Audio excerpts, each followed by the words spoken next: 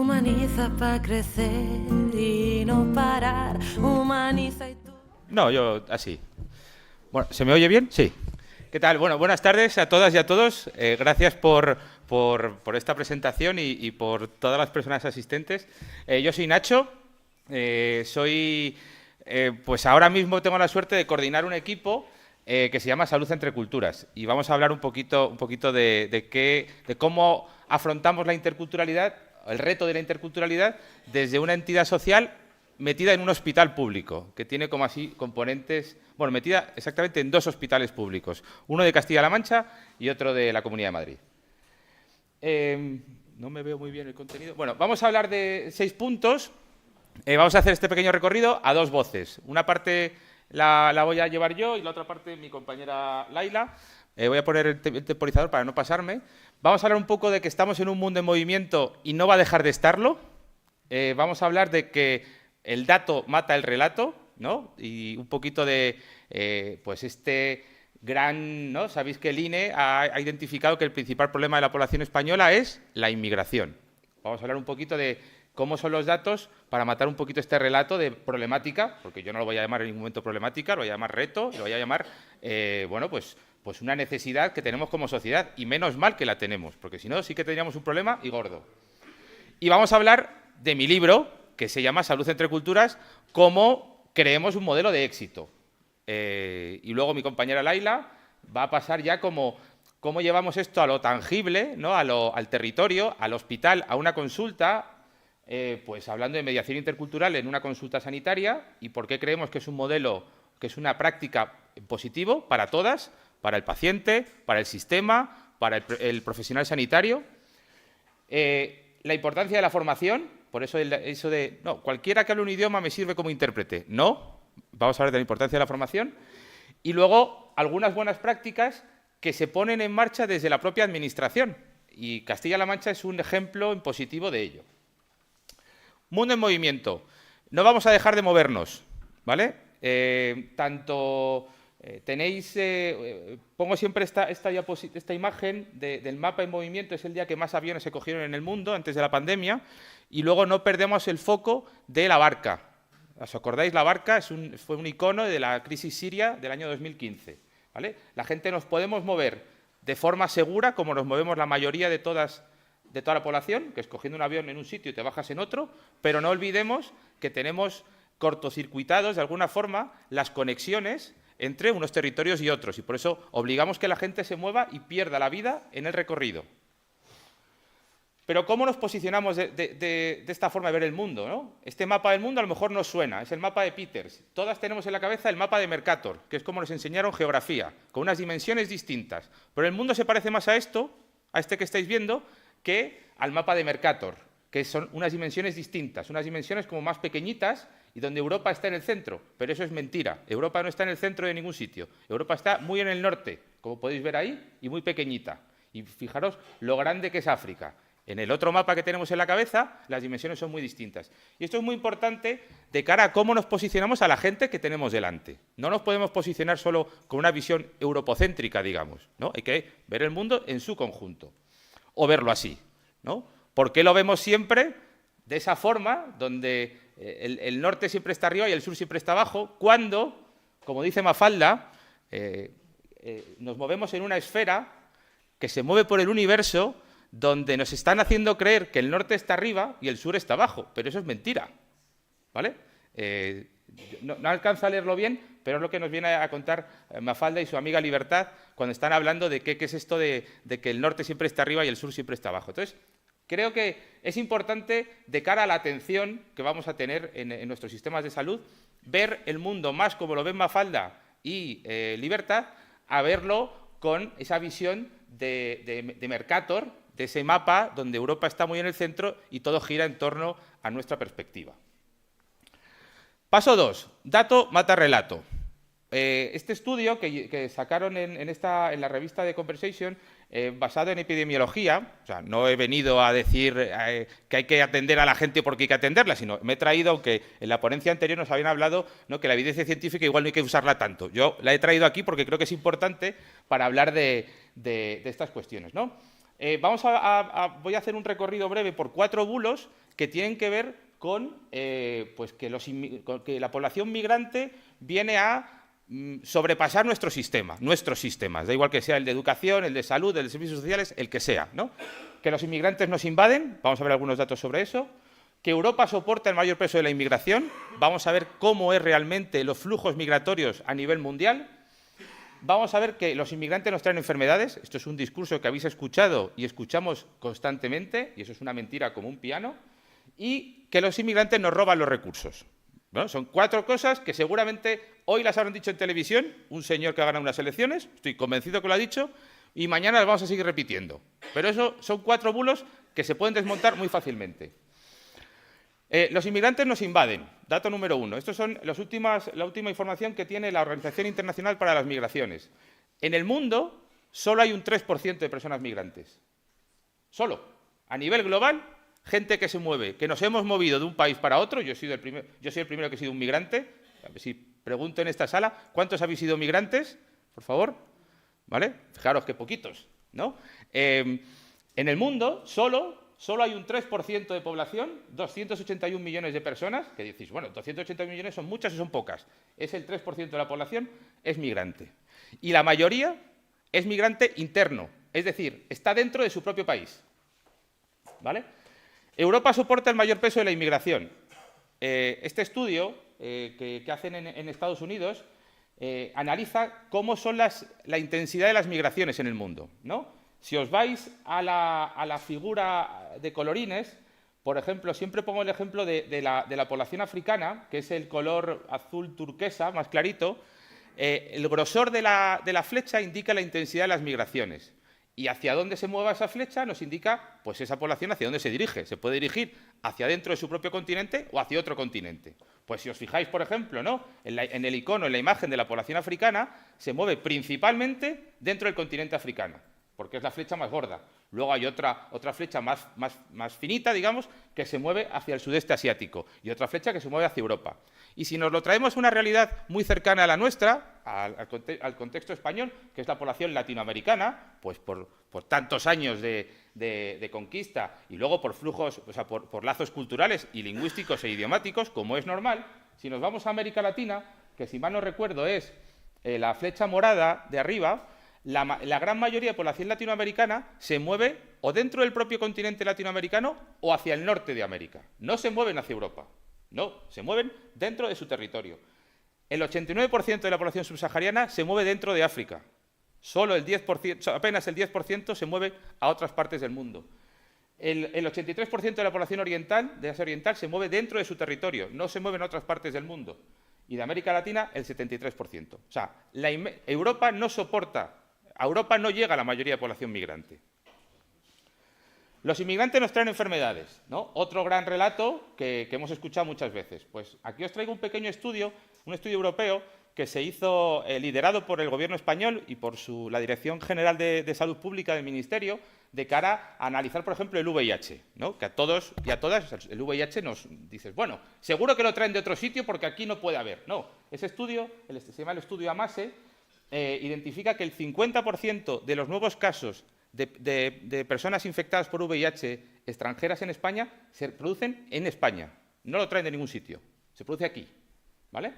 Y tenemos que la población migrante está entrecruzada, digamos, o transversalmente le afectan de forma muy negativa los determinantes sociales de la salud. ¿Qué quiere decir esto? Que no es la enfermedad un problema, sino son sus condiciones sociales, sus condiciones laborales, de vivienda, de soledad, que afectan directamente en el empeoramiento de su salud. Porque generalmente quien migra es una persona que puede, que es joven y está bien de salud, porque si no el proceso migratorio es complejo. Pues aquí las condiciones en las que viven aquí en nuestro contexto es lo que hace que envejezcan, digamos, y enfermen más que la población autóctona, que es lo que viene a decir este estudio. Bueno, me he confundido de los datos, ¿vale? Este es el estudio que os decía antes de dónde traen la población migrante, o sea, dónde se infectan principalmente de VIH, que es que los estudios vienen a decir que más de la mitad de los migrantes que viven con el VIH en España se infectaron aquí, no lo trajeron de ningún otro sitio, ¿vale? Y por último, los inmigrantes nos roban los recursos. Como os decía, la población migrante en general es joven, Y eso hace que el uso del, por ejemplo, si lo centramos en el sistema de salud, el uso del sistema de salud es mucho menor que el que tiene la población autóctona, porque somos una población mucho más envejecida, ¿no? Aquí tenéis datos de, por ejemplo, el consumo farmacéutico, ¿no? Que en la población extranjera es muchísimo menor que el de la población autóctona. Datos de los usos del sistema de salud, tanto de un especialista como de un médico o médica de atención primaria, mucho menor en la población migrante respecto a la población extranjera. Y luego, ese gran bulo que hay de como no son personas en situación administrativa irregular, no contribuyen al sistema. Si no lo sabéis, desde el año 1999, hace ya mucho tiempo, nuestro Sistema Nacional de Salud no se financia por las cotizaciones a la Seguridad Social que hacemos los y las trabajadoras. Se financia vía impuestos. El IVA que paga una persona, tenga o no tenga papeles, contribuye a mantener nuestro sistema de salud. El IRPF, el impuesto de sucesiones, el impuesto de sociedades, son los que mantienen nuestro Sistema Nacional de Salud, no las cotizaciones a la Seguridad Social. Aquí antiguamente todos seguimos llamando al Sistema Nacional de Salud, vamos a la Seguridad Social. Eso es una reminiscencia que tenemos del franquismo, pero se llama Sistema Nacional de Salud y se financia vía impuestos, no vía cotizaciones. Por lo tanto, que no trabajes no significa que no tengas derecho a la atención sanitaria, ¿vale? Y el modelo de éxito, o eso es lo que nosotros creemos, que puede ser salud entre culturas. Por aquello de unir la expertise de la población, la expertise médica, perdón, ya estoy terminando, de estar en el Hospital Ramón y Cajal como sede principal en la ciudad de Madrid, de formar parte de grupos de investigación importantes que hacen que la labor que nosotros llevamos a cabo tenga detrás un bagaje científico, por decirlo de alguna forma, un bagaje técnico importante, ¿no?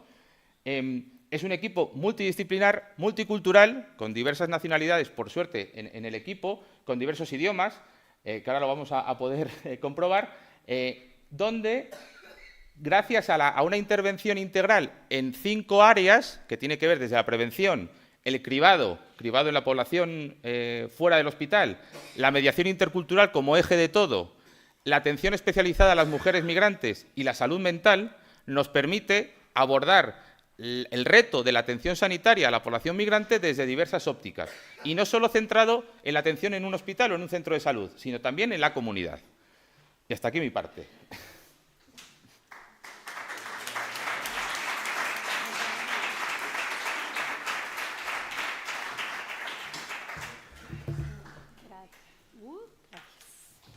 Bueno, buenas tardes a todos. Yo soy Laila, el apellido da igual porque todo el mundo lo dice como le da la gana, así que no pasa nada. Es Bellach, pero lo puedes decir como quieras. Bueno, yo soy, como comentaba antes mi compañero, soy mediadora intercultural, soy filóloga y mediadora intercultural en salud entre culturas, de árabe y sus diversos dialectos, que son muchísimos. No voy a tirarme el pisto, por decirlo de alguna manera, de que hablo absolutamente todos, pero casi todos. No lo veo bien. Bueno, yo os voy a hablar de la intervención en consultas con los médicos y pues los distintos sanitarios, desde médicos, enfermeros, etcétera, y nosotros los intérpretes. Nosotros, antes de empezar la intervención en la consulta médica, tenemos una entrevista inicial que es para establecer los objetivos que se van a llevar a cabo en la consulta. Por otro lado, durante la intervención, pues la posición triangular, que siempre, luego lo veréis más adelante que hay unas diapositivas, la posición triangular donde el paciente y el médico tienen que estar enfrente uno a otro, y yo, la mediadora, o otros compañeros, somos como la tercera en discordia, que estamos ahí para acercar, para transmitir la información de un lado a otro. Y luego bajar el registro, porque como sabemos, yo hago interpretación de árabe. El 40% de la población marroquí es analfabeta, por lo tanto tampoco hay que tener un registro súper alto, súper culto con ellos, porque muchísimos de ellos no tienen estudios y por lo tanto hacer explicaciones de jerga médica brutal no es el caso. Y luego una idea cada vez, expresar una idea cada vez y respetar los turnos de palabra. Yo ahí juego un poco como árbitro, que soy la que decide en determinados momentos cuando uno, con respeto, cuando tiene que hablar uno, cuando tiene que hablar el otro. Eso lo podemos hacer en una consulta normal, pues para otras... para que el médico le diga a un paciente pues lo que tiene, lo que deja de tener, pero sí que es verdad que en una consulta, por ejemplo, de psicología o de psiquiatría no podemos pues parar al paciente, porque en el momento que el paciente arranca para contar cosas que son traumáticas, etcétera, no podemos cortarle, porque en el momento que le cortas y le dices, oye, para, que voy a transmitir esta información, pues ya no vuelve a contarte lo mismo, se pierde y ya pierdes tú también el hilo. Y lo que hacemos nosotros es llevar siempre una agendita con nosotros pequeña donde vamos apuntando absolutamente toda la información que nos llega desde del paciente o de parte del médico, y por supuesto siempre decimos tanto para el paciente como para el médico que esa información que estamos apuntando son datos simplemente para acordarnos, y que antes de que acabe la consulta esos datos se rompen y se tiran delante del paciente a la papelera para que no sospeche de que vamos a hacer algo con sus datos. Y luego, por otro lado, después comentar aspectos a mejorar, aprovechar para resolver las dudas, porque a veces pues la gente, independientemente de que te diga sí, he entendido, incluso yo, hay muchísimas cosas, a pesar de haberme formado, etcétera, hay muchas cosas en relación a la salud que desconozco o que en algún momento pues salen en la consulta, pues yo tengo que preguntar al médico para asegurarme de que realmente ha llegado el mensaje de manera adecuada. Luego, antes de empezar la consulta, lo que hacemos es identificar quién necesita el servicio, porque lógicamente hay muchísima gente que necesita del servicio, pero tenemos que saber 100% quién necesita del servicio. Luego, reservar un poco más de tiempo para la intervención, pues lo que os comentaba antes, hay veces que caen pacientes paragua, como decimos, que no sabes de dónde te viene, de repente, oye, acompáñame a la consulta, esta persona habla árabe, me tienes que resolver este problema. Entonces es como, vale, pues acudo, pero en los momentos que podemos prepararnos la consulta, pues muchísimo mejor para enterarnos, para tener de antemano de qué se va a hablar y ir preparados a la consulta. Hablar con los mediadores de la intervención para darles antecedentes y fijar objetivos. Esto en medicina tropical, que es nuestro área de trabajo, lo podemos hacer más fácilmente porque los médicos, el personal sanitario nos conoce, entonces nos puede hablar, antes de que llegue el paciente, pues nos habla, oye, mira, pasa esto, vamos a hablar de esto, entonces nosotros vamos con más preparación, no como cuando entramos de repente y no sabemos de qué va la cosa y tenemos que improvisar. Y confirmar que el usuario acepta el servicio. Nosotros, antes de entrar con el paciente, lógicamente no le decimos, oye, mira, vámonos a la consulta y ya está. Primero nos presentamos, decimos quiénes somos, por supuesto hablamos también del tema de la confidencialidad, que es súper importante, de que todo lo que se vaya a decir es confidencial, entonces el paciente de esa manera, pues oye, tiene mucha más confianza y acepta que entremos con ellos, y si no acepta, pues oye, está en todo su derecho. Y luego, durante la intervención, pedimos siempre que se hable directamente a los usuarios, al paciente, lo hablamos tanto con el paciente como con el médico, que se dirija directamente al paciente, y al paciente le decimos que se dirija directamente al médico. Usar la primera persona, evitar el dile qué, eso se hace muchísimo, a día de hoy se sigue haciendo, de parte incluso de médicos que ya conocemos, que llevamos mucho tiempo con ellos, que no puede faltar dile que, y yo siempre tengo que intervenir ahí, por favor, si le puedes hablar directamente a él, mucho mejor, y evitar que como si estuviera yo ahí, es como si fuera yo la paciente. Haz frases cortas y espera a que los mediadores terminen para la siguiente. Para empezar la siguiente, expresar una idea cada vez más, lo que os comentaba antes, que esto se puede hacer en una consulta normal, una consulta del día a día que dura a lo mejor 10-15 minutos, pero en una consulta de psicología, pues no. Y luego evitar frases hechas, jergas y abreviaciones. Evitar conversaciones paralelas, porque cierto es que a veces pues cuando van rotantes que decimos, médicos que están aprendiendo, etcétera, pues siempre hay como una pequeña conversación entre el médico que está atendiendo al paciente y el que está rotando. Entonces, que si se puede evitar esas conversaciones paralelas, pues mejor, porque el paciente no se está enterando de nada, al igual que el paciente también tiene que evitar pues, hablarme a mí de sus cosas que no tienen nada que ver con la consulta. Después de la intervención, resumir los puntos más importantes, hacer preguntas abiertas para confirmar que la información ha llegado, porque me ha pasado muchas veces que no llega que los pacientes dicen que sí que se han enterado y luego salen afuera y me piden otra vez que les vuelva a explicar. Hablar con los mediadores para conseguir más detalles y mejorar la próxima intervención. Uy, ¿por qué va tan rápido? Ah, vale. Aquí. Y si tenemos que trabajar en remoto, pues una de las cosas que hay que tener en cuenta es que el aparato con el que vayas a trabajar funcione y no se vaya entrecortando. Luego, como sabemos todos, hay normativas, por ejemplo, para tener presente un intérprete mediador dentro de las áreas judiciales, pero sin embargo, en el área de la salud no hay nada que diga que se necesita la presencia de esta figura, pero con varios médicos se ha escrito dentro de la ley que la veis ahí, que supongo que luego tendréis también opción de ver las diapositivas.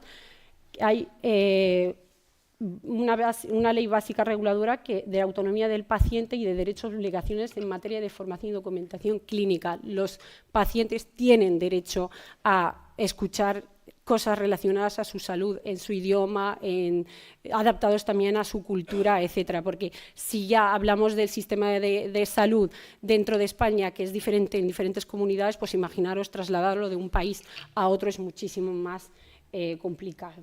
Esto se puede descargar desde la página web de salendoentreculturas.es y se puede leer. Bueno, voy a ir un poco más rápido, no por hablar un idioma ya puede ser intérprete, como decía mi compañero Nacho antes, sino que se necesita una formación, etcétera, etcétera, en el área. Hemos hecho unas encuestas de cuáles son los métodos que utilizan el personal sanitario y uno de ellos es el servicio de teletraducción, que se utiliza muy poco, lo hay en todos los centros de salud, en todos los hospitales, pero no se utiliza casi. Y luego el español básico, gestos, que me ha pasado un montón de veces, y entro a una consulta, sí, ya me he entendido porque me he entendido con gestos, etcétera, no he entendido nada. Y luego traductor en línea, el Google Traductor, pésimo, porque dentro de Marruecos hay variedad lingüística tremenda, el árabe clásico está en las administraciones, etcétera, pero lo que se habla en la calle no es árabe clásico. Entonces no le puedes poner un traductor de árabe clásico a una persona bereber, como es en mi caso, porque no te va a entender. Y luego intérprete ad hoc, que yo he sido intérprete ad hoc, se utilizan también menores en las consultas y eso es una cosa gravísima, porque de hecho he sido intérprete ad hoc y sinceramente no he transmitido la información adecuadamente, y lo reconozco porque nadie me había enseñado que hay que transmitir de manera fiel el mensaje. Y luego los intérpretes presenciales, pues mucho menos. Estamos nosotros en el Ramón y Cajal, cuando tenemos, y en Guadalajara, como comentaba antes mi compañero Nacho, cuando tenemos pues tiempo para trasladarnos a otros centros de salud, etcétera, pues lo hacemos, pero no nos da la vida, la verdad.